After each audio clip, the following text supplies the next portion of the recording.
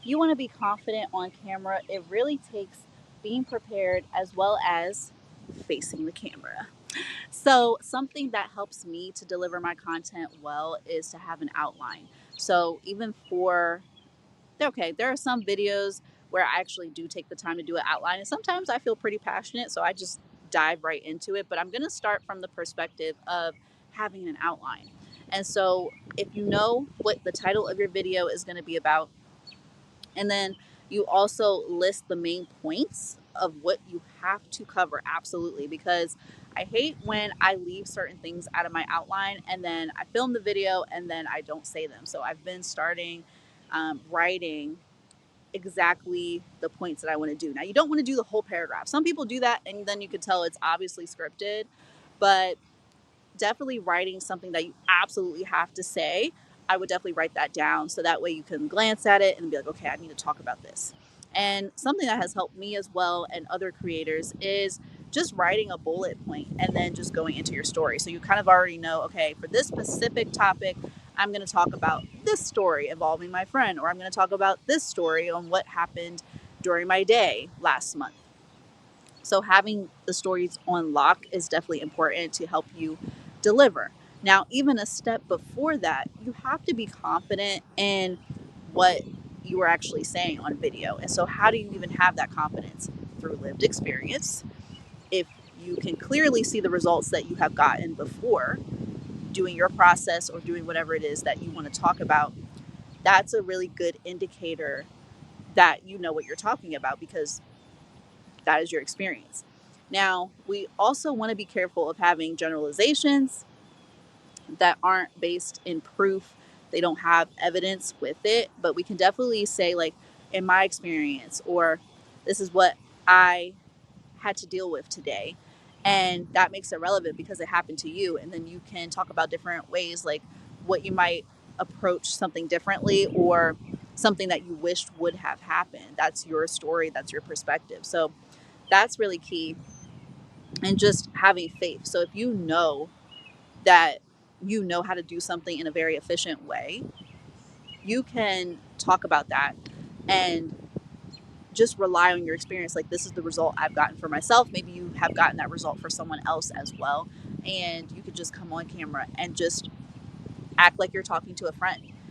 It's really nice when you can make your content conversational. So it's not about saying, just spitting facts out and that's it and you're hitting post. Like, you want to have some emotion in it because that is what helps people be like, okay, let me pay attention. What is she talking about? What is he talking about?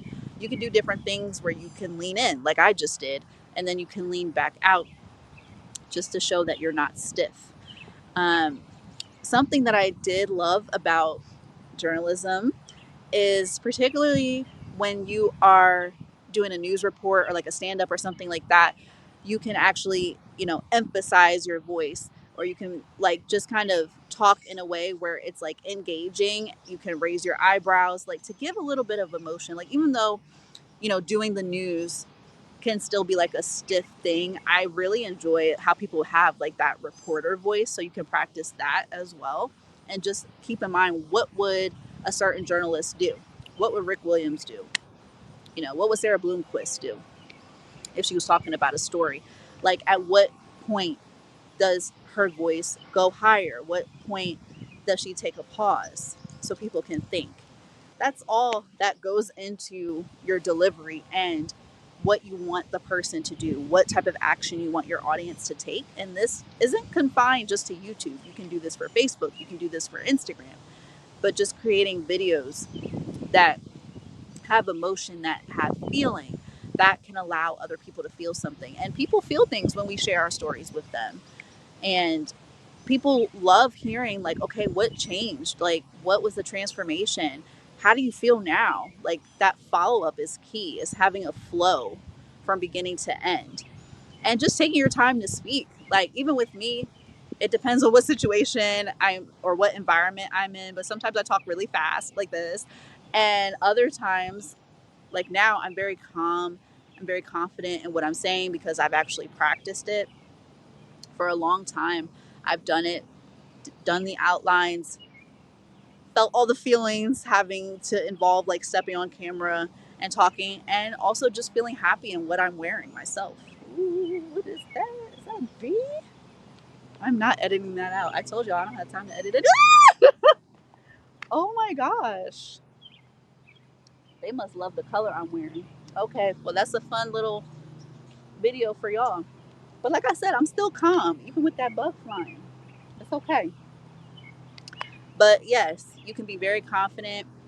And I still know what I said because even if that little bug was flying somewhere, I still know about content, okay?